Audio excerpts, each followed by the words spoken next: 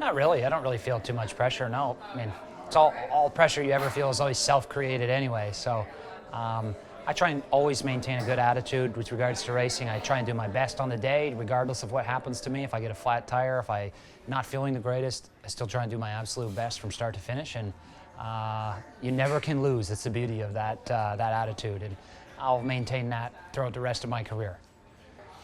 Oh, it's a tough one. I would say my favorite race was probably, due to satisfaction, was St. George 17.3. It was the North American Championship. And mainly because 2 years prior I did the race and I finished 18th, 10 minutes behind Ian Frodeno, who won the race. And, you know, I'm a competitive guy and I went there thinking, I'm going to duke it out for the win. And that's a very, very far off the win and very humbling experience. And I really questioned whether I had what it takes to be a professional at that time. But, you know, I made some changes and I sort of saw, oh, you're not doing it as well as you could be doing it. And then I was able to, you know, obviously get things together much, much better. And so to cross that finish line and to have a really good race, Sebastian Kienle and I duked it out from basically start to finish. I came off the bike, I think, with only 40-second lead. And then he knocked it down to 20 seconds and held it steady for 10 miles. And I didn't pull away until probably 11 miles or so. So when you have a great race like that between two guys, nothing more satisfying. And then to cross the line and, you know, much different than the last time I crossed the line, it was very satisfying. I don't think you can do anything for too long and not need to change it up a little bit, need some variety and that sort of thing. And additionally, I think I was super anal about the indoor training, like, oh, I do all my training indoors. And now I'm becoming a bit more relaxed with that.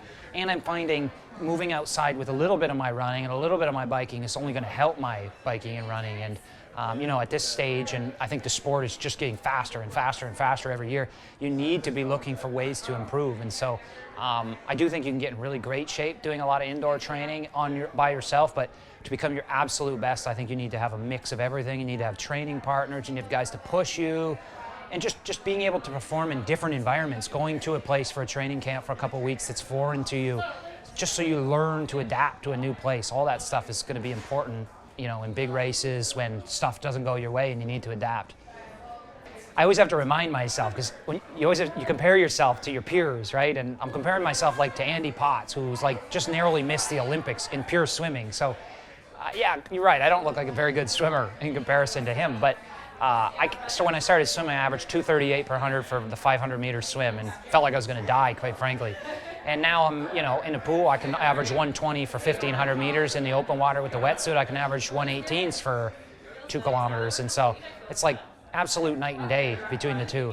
So I always have to remind myself of that. And of course, I don't want to have a weakness. I want to be the absolute best that I can be in all 3 sports. And, you know, in a sense, it's been a blessing not being a great swimmer, because it's shown me that you have a lot of potential for the bike and the run. I've had to get my bike and my run to a very good level. And if I was a better swimmer, perhaps I wouldn't have done that. So now I've gotten my bike and run. I don't know how much more I can improve, unfortunately. So there really is only the swim to improve. And I'm excited to keep working on it. If it came easy, it would be meaningless. And you win big race or something with no hard training and no hardship, it'd be meaningless. So fortunately, it has not been easy, and still a long way to go. And I got a few tricks up my sleeve, I think. I'm going to get an endless pool and with mirrors on the bottom, and I think I understand what good swimming is like. I understand good swim principles, and I think a big piece of my issue has been I don't have very good ability to correct things that I know I'm doing wrong, because I can't really see them and feel them. So I think having this new apparatus, I'm going to have it in January, is going to allow me to make some real technical improvements and then put it under load, which is also very, very important to be able to do. So it's exciting, it's fun. From an internal standpoint and from a performance standpoint, I couldn't have went any better. I came out of the water with about a 3.5-minute deficit to the lead swimmer, which in 2014 I came out with a 4-minute and 45-second deficit to the lead swimmer. To the main pack in 2014, I think it was 340 down, and this time I was only about 250 down. So I had a great swim from my perspective.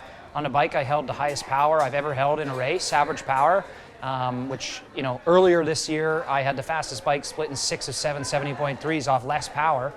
And then I had the fastest run, 320 per kilometer, which is the best run I've put together in 2 years, since 2014, off of a very hard bike. So internally, I feel great about the race. I have to remind myself of that, because externally, it wasn't nearly what I thought that type of performance would, I guess, produce. And it taught me a lot of lessons, and I think, like for instance, Sebastian Kienle was a similar sort of racer to myself. I think has already learned these lessons, and in that race, I watched how he raced. He didn't race with a power meter. He raced when he got on that bike, he went as hard as he possibly could until he caught that front group, because there's such a large draft effect happening when you get 25 guys coming out of the water together with no crosswind, very light winds, creates a very large draft tail behind them. In the moment, the strong bikers like Andreas Drietz and then, of course, Kienle caught up not long after. Good luck catching that group, because at best, I'm going to bike even with Sebastian. The problem now is he's got 25 guys behind him. Because the draft tail is so strong, they can't drop them.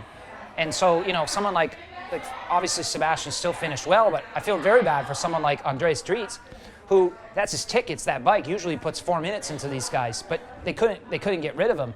So now a guy who I think should have finished top 5, finished 11th, made no money, and it was a very disappointing experience for him.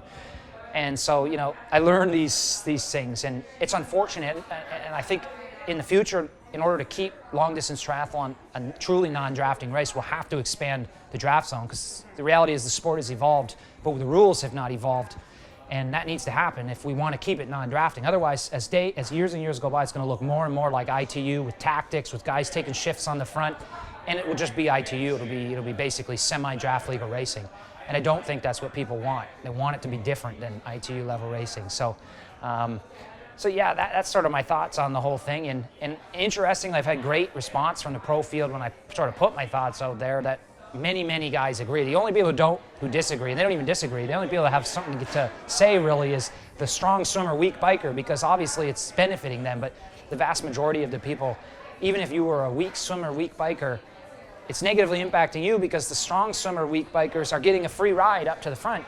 And it's just... It's been good response, and I think we will see change, I think, with time.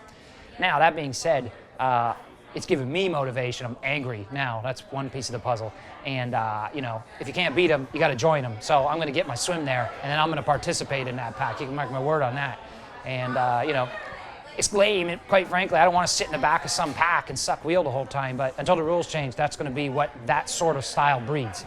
And it is what it is. I'm just going to try and be as outspoken as I can from now on about the issue.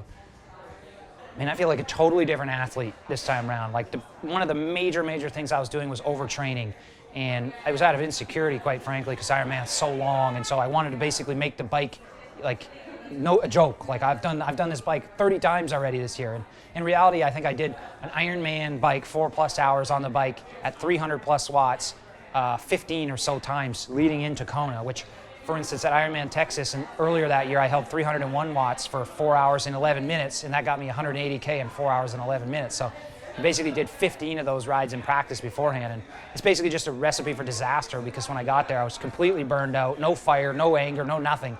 And when the going gets tough, at kilometer 30 and extreme heat, humidity, we'll find out who's tired and who's fresh and who's motivated and who's angry and who wants this more. And unfortunately, that was not me last year. I made lots of mistakes last year, bad decisions all across the board that I won't commit ever again. And so I'm just excited. I don't feel any pressure. I just want to go there, and I just want to do my absolute best. I want to play the game a little bit. I want to look at what the tactics that are happening, assess the situation. If it's a strong crosswind, then I should probably race this more individually. If it's not a strong crosswind, then maybe we should form some alliances out there on the bike, just like it's happening in the front of the race. It's lots of fun stuff, and I'm not going into it with any set race plan. I'm going to race it, and that's exciting, because I don't know what's going to happen. It's going to be fun. Well, I absolutely appreciate all the support and all the love and everything, and the only thing that I'm trying to do is do everyone proud. And this sport saved my life, I believe, and it changed my life, and it can change anyone's life who gives themselves to it. And so, I made some mistakes along the way, but I've tried to correct them as best as I can, and that's all I'm trying to do now, is give my absolute best and just show that, and I hope one day to win the world title, so that I can say, you can go from the bottom and you go from the top to the top. And it's all just a decision. It's a choice. It doesn't matter where you started. You can get wherever you want with the right choice, with enough motivation, with a good support group around you. And all that stuff will come when you make the choice to change and make a better life for yourself. And the only thing I have to say is I'm just grateful that triathlon was there and the community was there to, I guess, help me out and bring me up. Can I get the freshie bowl? Can we do just eating this? I just happen to be eating